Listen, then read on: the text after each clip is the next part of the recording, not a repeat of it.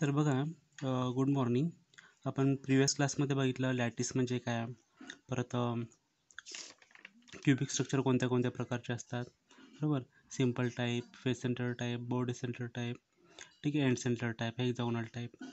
आपण different types बघितले त्याचे युनिट सेलचे. आता युनिट सेलचं एक आपण टेबल तयार करून घेऊयात, ज्याच्यामुळे तुम्हाला प्रॉब्लेम्स वगैरे सॉल्व करताना काही प्रॉब्लेम नाही येणार. ठीक आहे, तर आपण टेबल तयार करून घेऊयात. unit cell type, then atom arrangement,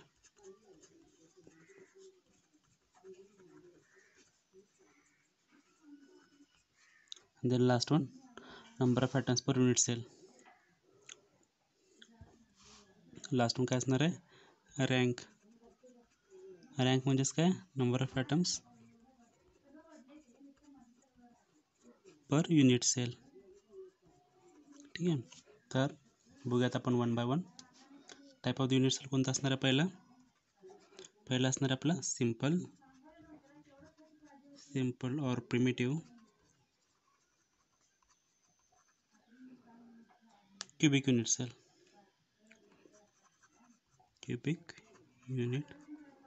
sale. Second कोणता असणार आहे, face centred unit cell.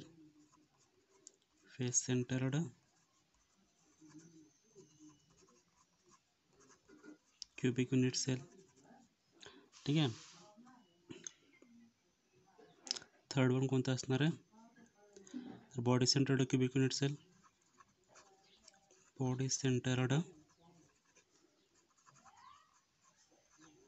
Cubic unit cell. आणि फोर्थ क्वेश्चन असणार आहे तर end centred cubic unit cell. आणि लास्ट वन कुठला आहे, तर hexagonal close packing.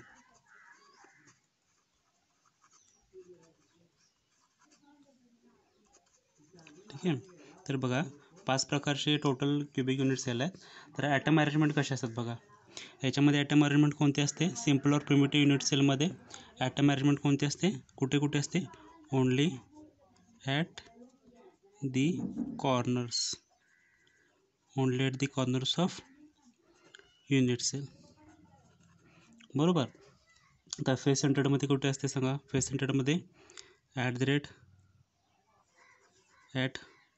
Corners as well as at 8 corners, actually 8 corners and 6 faces. तर बॉडी सेंटरला कुठे असते सांगा, at 8 corners and inside the body. समजलं. एंड सेंटरला कुठे असते सांगा, at 8 corners and 2 faces. The hexagonal close पॅकिंगला कुठे असतात, तर 12 corners,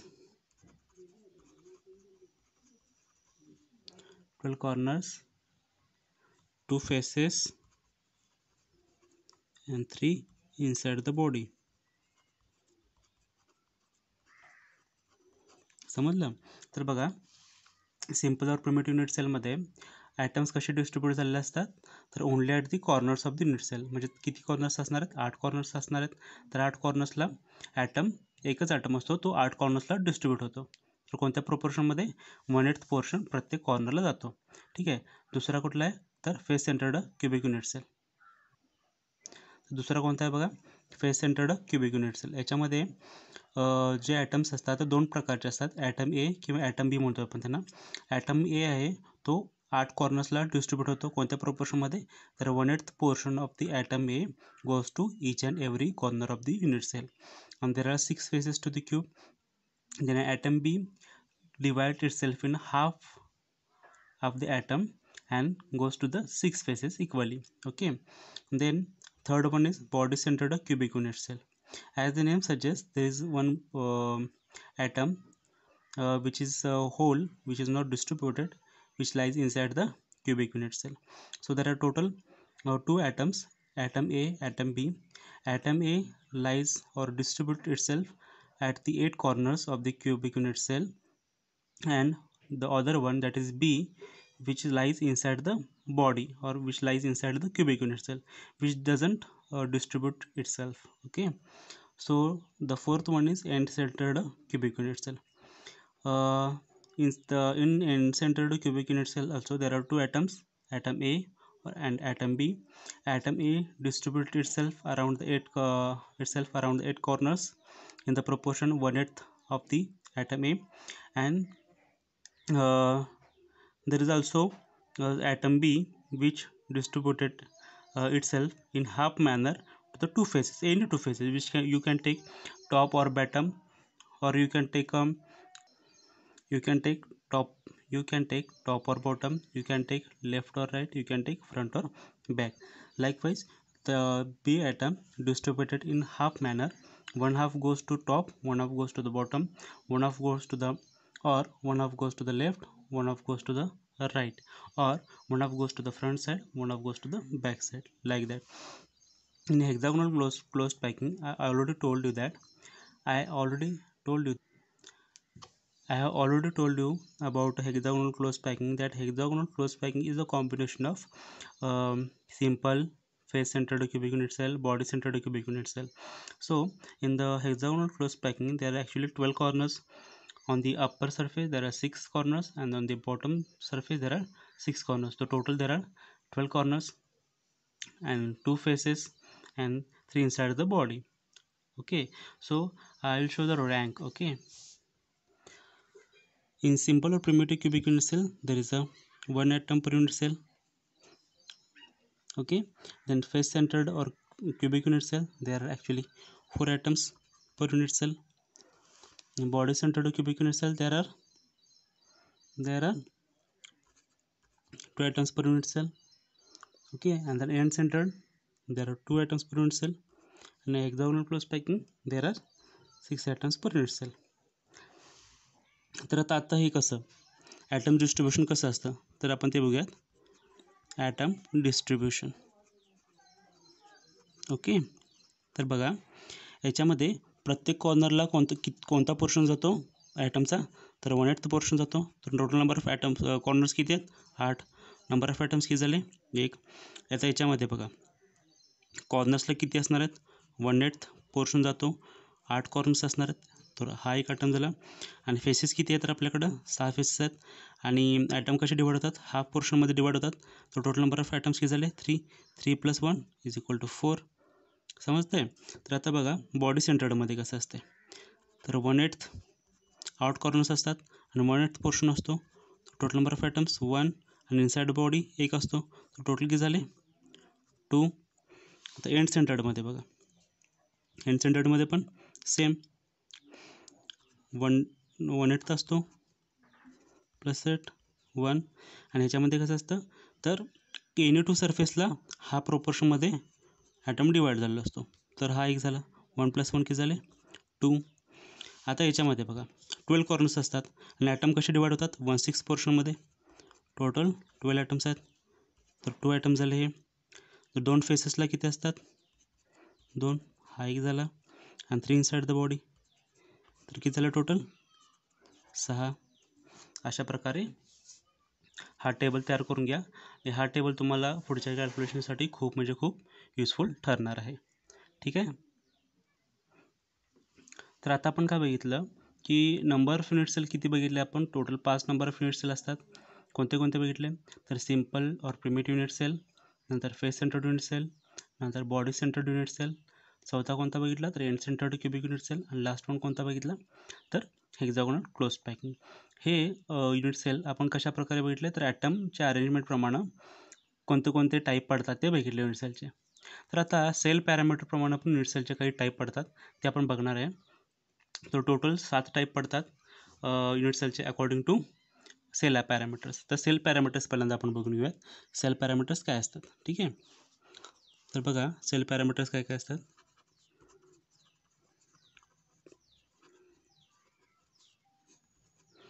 ठीक आहे. सेल पॅरामीटर्स बघा आता तुम्हाला 3 डायमेन्शन माहिती आहे. 2 डायमेन्शन म्हणजे काय असतं फक्त लांबी आणि रुंदी असते बरोबर, लेंथ अँड विड्थ असते. तेच जर आपण 3 डायमेन्शन कन्सिडर केलं, 3 डायमेन्शनला काय येणार आहे, फक्त लेंथ विड्थ झाली आणि हाईट ॲड होणार आहे. तर मी हाईट इकडे ॲड करतो. की समजा आपण ते हाईट आहे, ठीक आहे.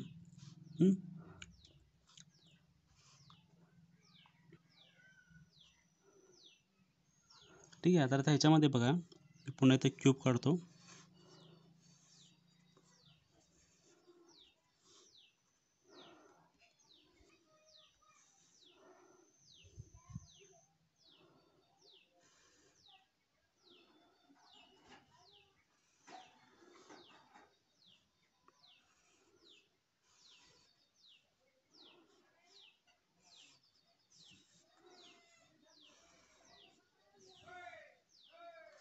ठीक आहे. अशा प्रकारे का आपण क्यूब काढून घेतला आहे. तर ॲक्सिसला नावं देऊयात आपण एक्स, वाय आणि झेड. ठीक आहे. तर त्याच्यामध्ये बघा, आता जे एज लेंथ आहे ते आपण प्रत्येक एज लेंथला वेगवेगळे देणार आहे. आता क्यूबला आपण कसं करत होतं, क्यूबमध्ये कसं असं होतं. आता क्युबिक युनिट सेल आपण याच्यापूर्वी कन्सिडर केला होता. क्युबिक युनिट सेलला काय होतं, अल्फा काय होता, बीटा काय होता, गॅमा काय होता, तर 90 डिग्री होते. आणि length is equal to width is equal to height होती, हे सेम होते. तर या कन्सिडर आता केसमध्ये आपण सेल पॅरामीटर्स म्हणजे हे सेल पॅरामीटर्स आहेत, ॲंगल्स आणि हे त्यांचे जे हे आहेत पॅरामीटर्स आहेत, लेंथ विड्थ हाईट, हे आपण कंटिन्युअसली चेंज करणार आहे. त्याप्रमाणे त्याचे टोटल 7 टाईप पडतात, ते आपण बघणार आहोत. तर बघा, ते ही जी एज लेंथ आहे त्याला आपण काय म्हणणार आहोत, या एज लेंथला आपण काय म्हणणार आहोत, तर ए नाव दिले आपण. या एज लेंथला आपण काय म्हणणार आहोत, तर बी. ठीक आहे. ही जी हाईट आहे त्याला आपण काय कन्सिडर करणार आहोत, तर सी. लक्षात येते. तर आता बघा, जास्ती कॉम्प्लिकेट व्हायला नको म्हणून मी या साईडला दाखवतो आहे. ठीक आहे. आता जी एच्या अपोजिट आहे, बरोबर, एच्या अपोजिट कुठलं आहे, तर त्याला आपण अल्फा नाव देणार आहोत अँगलला. ठीक आहे. ह्याला आपण अल्फा नाव दिलं, बरोबर. बीच्या अपोजिट कोणता आहे अँगल आहे, बीच्या अपोजिट, त्याला आपण बीटा नाव देऊयात. ठीक आहे. आणि हाईट म्हणजे सीच्या अपोजिट जो काय आहे अँगल, त्याला आपण काय नाव देऊयात, तर गॅमा. ठीक आहे. आता बघा, हा पोर्शन काय झाला आपला, बीटा किंवा बी म्हणतो आहे, बीच्या अपोजिट बीटा, एच्या अपोजिट अल्फा आणि सीच्या अपोजिट काय असणार आपला गॅमा. हे लक्षात येते सगळ्यांना. तर चला, आता त्याप्रमाणे टोटल 7 टाईप पडणार आहेत त्याचे. तर आपण त्याचे टाईप बघूयात. 7 टाईप कोणत्या कोणत्या प्रकारचे आहेत, तर बघा, according to cell parameters there are total 7 types of unit cell. ते कोणत्या कोणत्या प्रकारचे आहेत आपण बघूयात आता. ठीक आहे. तर पहिला आहे क्युबिक, सेकंड कोणता आहे, तर टेट्रागोनल,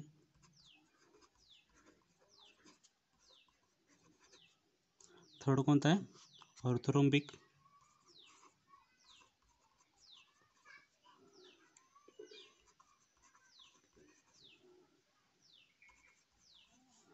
फोर्थ कोणता आहे, मोनोक्लिनिक,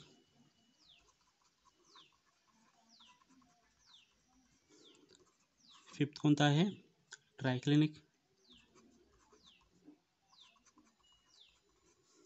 सिक्स कोणता आहे, हेक्झागोनल.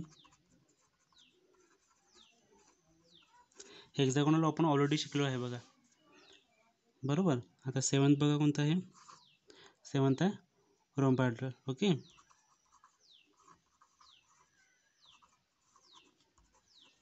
असे टोटल 7 टाईप पडले आहेत. आता अकॉर्डिंग टू सेल पॅरामीटर्स बघा, आता यातले आपण काय करणार आहे, सुरुवातीला लेंथ विड्थ आणि हाईट आणि जे अँगल आहे ते सुरुवातीला कॉन्स्टंट ठेवणार आहे. क्युबिकमध्ये कॉन्स्टंट रेट असतात, तुम्ही बघितलं आहे ऑलरेडी ते. नंतर आता टेट्रागोनलमध्ये काय करणार आहे बघा आपण, लेंथ आणि हाईट सेम ठेवणार आहे, बस लेंथ आणि विड्थ सेम ठेवणार आहे, फक्त हाईट चेंज करणार आहे, पण अँगल सेम आहेत. बरोबर, म्हणजे पहिल्या 3 केसेससाठी काय करणार आहे आपण, अँगल सेम ठेवणार आहे, म्हणजे 90 डिग्रीज ठेवणार आहे. फक्त व्हेरिएशन कशामध्ये करणार आहे आपण, तर लेंथ, विड्थ आणि हाईटमध्ये व्हेरिएशन करणार आहे. नंतरचे जे पुढचे जे 4 पॅरामीटर्स आहेत, म्हणजे मोनोक्लिनिक, ट्रायक्लिनिक, हेक्झागोनल किंवा रोम्बॉइडल, हे 4 टाईप आहे. त्याच्यामध्ये आपण काय करणार आहोत, तर दोन्ही पण चेंज करणार आहे, अँगल्स पण चेंज करणार आहे आणि आपलं जे लेंथ, विड्थ आणि हाईट आहे ते पण चेंज करणार आहे. ठीक आहे. तर आता आपल्याला क्युबिकसाठी माहिती आहे, क्युबिकमध्ये काय असतं, a is equal to b is equal to c, length, width, height same असतं आणि अँगल्स पण कसे असतात, alpha is equal to beta is equal to gamma, किती असतात, 90 डिग्री असतात. बरोबर, समजते ना. आता बघा, ह्याच्यामध्ये टेट्रागोनलमध्ये काय करणार आहे आपण, अँगल्स तर सेम ठेवणार आहेत, मगाशी तुम्हाला सांगितलं मी, alpha is equal to beta is equal to gamma 90 degree. पहिल्या 3 केसेससाठी आपण सेम ठेवणार आहोत, alpha is equal to beta is equal to gamma is equal to 90 degree. फक्त टेट्रागोनलमध्ये काय करणार आहे आपण, बघा लक्ष द्या केअरफुली, फक्त हाईट चेंज करणार आहे आपण, beta is not equal to c, alpha is equal to beta आहे, length is equal to width आहे, पण हाईट काय आहे, थोडीशी चेंज झालेली आहे. अशा प्रकारे जेव्हा हाईट चेंज करतो आपण, त्यावेळी क्युबिक स्ट्रक्चर बसून ते कशामध्ये कन्वर्ट होतं, तर टेट्रागोनलमध्ये. ठीक आहे. आता थर्डमध्ये बघा, थर्डमध्ये काय असणार आहे, a is not equal to b is not equal to c, हे तिन्हीचे तिन्ही वेगवेगळे असणार आहेत. समजते. बघा क्युबिकमध्ये कसं होतं, लेंथ, विड्थ आणि हाईट सेम होते, तेच आता याच्यामध्ये काय केलं आपण, टेट्रागोनलमध्ये लेंथ आणि विड्थ सेम ठेवले, पण हाईट चेंज झालेली आहे. आणि ऑर्थोरोम्बिकमध्ये काय झालं आहे, लेंथ पण चेंज झालेली आहे, विड्थ पण चेंज झाली आणि हाईट पण चेंज झालेली आहे. आता मोनोक्लिनिकमध्ये पण बघा, आता इथून पुढच्या आहेत ना, तिन्हीचे तिन्ही आपण सेम ठेवणार आहे, हे इकडचे पॅरामीटर तर सेम ठेवणार आहे, लेंथ, विड्थ, हाईट सेम ठेवणार आहे, म्हणजे काय इथं आता ऑलरेडी डिस्टर्ब झालेले आहेत, तेच पुढं कंटिन्यू करणार आहे आपण, a is not equal to b is not equal to c. बरोबर, आता फक्त अँगलमध्ये चेंज होणार आहे. बघा, alpha is equal to beta is equal to 90 degree आहे, फक्त गॅमा काय असणार आहे, sorry, alpha is equal to gamma is equal to 90 degree असणार आहे, फक्त बीटामध्ये आपण चेंज करणार आहे, beta is not equal to 90 degree. समजलं, alpha is equal to gamma is equal to 90 degree आहे, फक्त बीटा आपण काय असणार आहे, 90 डिग्री नसणार आहे याच्यामध्ये. ठीक आहे. आता पुढं बघा, ट्रायक्लिनिकमध्ये काय असणार आहे, length is not equal to width is not equal to height. बरोबर, पण आता याच्यामध्ये बघा,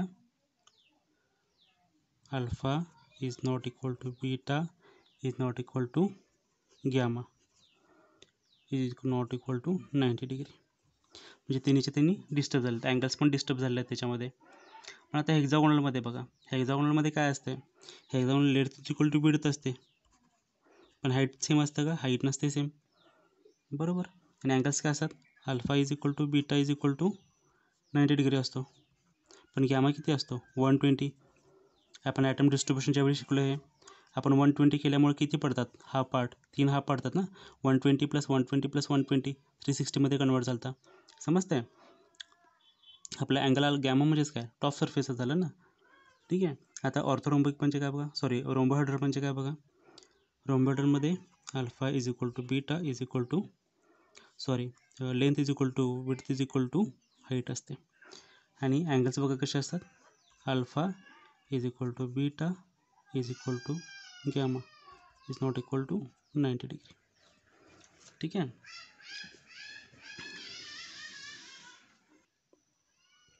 तर बघा, आता क्युबिकमध्ये आपण सुरुवातीला काय केलं, क्युबिक म्हणजेच काय असणार आहे, length is equal to width is equal to height असणार आहे, तिन्ही सेम आहेत, आणि अल्फा बीटा गॅमा काय असणार आहे, एक्झॅक्टली 90 डिग्री असणार आहे. पण तेच टेट्रागोनल म्हणजे पहिल्या 3 केसेसमध्ये आपण काय करणार आहे बघा, अँगल सेम ठेवलेत आपण. बरोबर, alpha is equal to beta is equal to gamma, त्याला आपण हात लावला आहे का, नाही, फक्त आपण चेंज काय करत गेलो आहे, एकदा सी व्हॅरी केला आहे, नंतर सुरुवातीला तिन्हीचे तिन्ही कॉन्स्टंट, नंतर बी ए आणि बी कॉन्स्टंट आहेत, सी डिस्टर्ब केलं आपण, नंतर तिसऱ्या केसला तिन्हीचे तिन्ही डिस्टर्ब झाले. समजतं आहे. आता बघा, टेट्रागोनलला काय केलं आहे, length is equal to width आहे, पण हाईट इक्वल नाही आहे, हाईट कमी जास्ती केली आपण, कमी जास्ती केल्यानंतर काय होणार आहे, क्युबिकचं टेट्रागोनलमध्ये कन्वर्जन होणार आहे, पण अँगल्स सेम आहेत. बरोबर. आता ऑर्थोरोम्बिकमध्ये काय बघा, लेंथ पण व्यवस्थित नाही आहे, लेंथ पण एक्झॅक्टली इक्वल टू बी नाही आहे. म्हणजेच काय, length is not equal to width, width is not equal to height. म्हणजे तिन्हीचे तिन्ही पॅरामीटर्स हे डिस्टर्ब झालेले आहेत, पण अँगल सेम आहेत. बरोबर. आता मोनोक्लिनिकमध्ये काय झालं बघा. आता इथून पुढचे 3 केसेस बघा. ह्या 3 सेम आहेत. सुरुवातीला या 3 सेम होत्या, आता या 3 सेम आहेत. समजतंय? सुरुवातीला बघा, पहिल्या 3 केसेसमध्ये अँगल सेम होते. As it is carry forward केलं आपण. आता इथून 3 केसेसमध्ये आपण length, width, height carry forward करायची आहे. मग सुरुवातीला अल्टर काय होणार आहे मोनोक्लिनिकमध्ये, तर बघा, alpha is equal to gamma is equal to 90 degree आहे. फक्त आपण व्हेरिएशन कशामध्ये करतो आहे, तर बीटामध्ये करतो आहे. बीटा किती आपला 90 डिग्री आहे. समजतंय? आता बघा ट्रायक्लिनिकमध्ये पुन्हा alpha is not sorry a is not equal to b is not equal to c, म्हणजे length is not equal to width is not equal to height. पण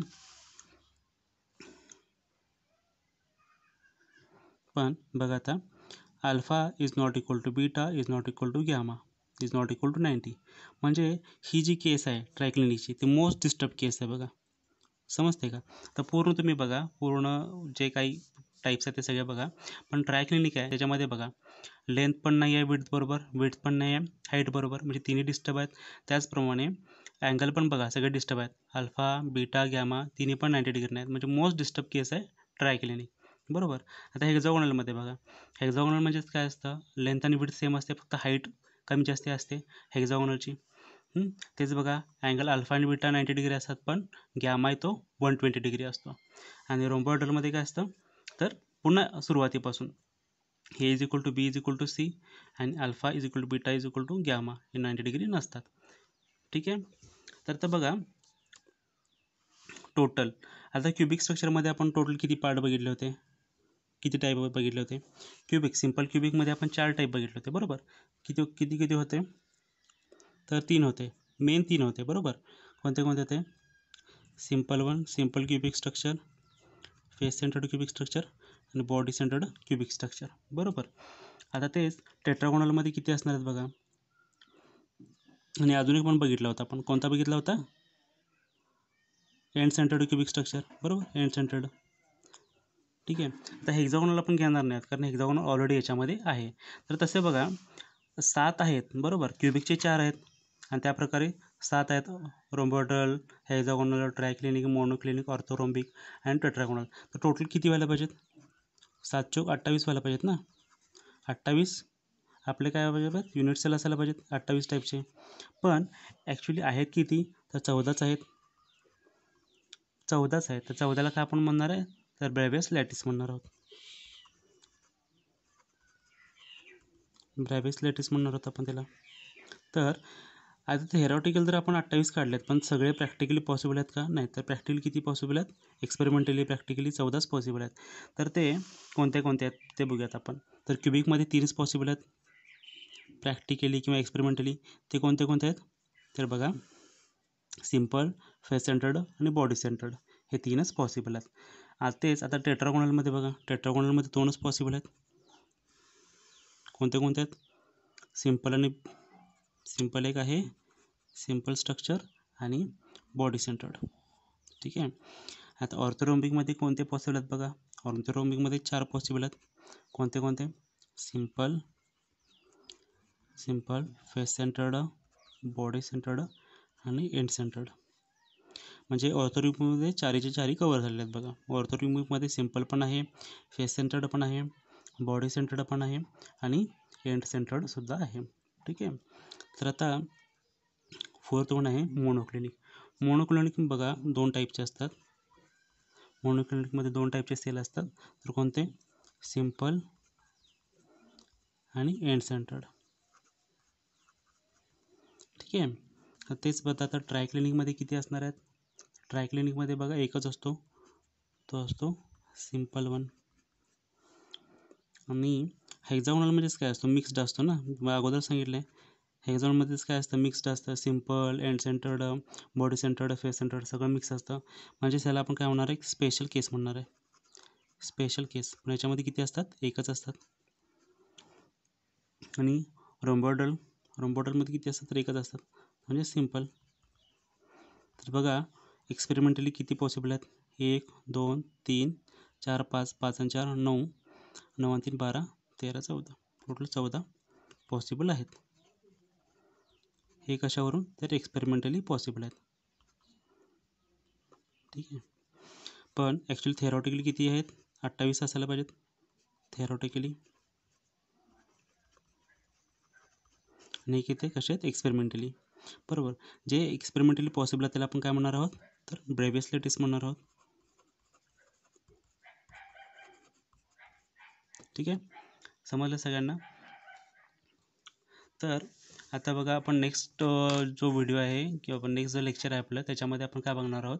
तर ॲटमचे जे रेडियस असतं, बरोबर, दोन ॲटम जर एकमेकांना आपण टच करून ठेवले तर त्याचे जे ॲटमचं रेडियस असतं आणि क्युबिक युनिट सेल आहे त्याचं जे एज लेंथ असतं त्याच्यातलं जे रिलेशन असणार आहे ते आपण बघणार आहोत नेक्स्ट लेक्चरमध्ये. आणि त्याच्यानंतर मग आपण पॅकिंग एफिशियन्सी, पॅकिंग फ्रॅक्शन वगैरे काय आहोत ते बघणार आहोत. ठीक आहे. तर तोपर्यंत तुम्ही हा टेबल लक्षात ठेवा, कोणत्या प्रकारचे युनिट सेल असतात according to atom arrangement, according to cell parameters, कोणत्या कोणत्या प्रकारचे सेल असतात, आपले युनिट सेल असतात ते बघायचे आहेत. तर अकॉर्डिंग टू, लक्ष द्या, अकॉर्डिंग टू ॲटम अरेंजमेंट किती असतात?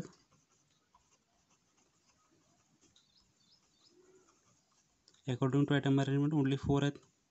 आणि अकॉर्डिंग टू काय सेल पॅरामीटर्स किती आहेत? अकॉर्डिंग टू सेल पॅरामीटर किती आहेत? तर टोटल आहेत ते 7 आहेत. ठीक आहे, हे पण लक्षात ठेवा. अकॉर्डिंग टू ॲटम अरेंजमेंट किती आहेत? तर आपल्याकडे 4 आहेत युनिट सेलचे टाईप्स. आणि अकॉर्डिंग टू सेल पॅरामीटर किती आहेत? तर 7 टाईप आहेत. ठीक आहे, ठीक आहे, थँक्यू.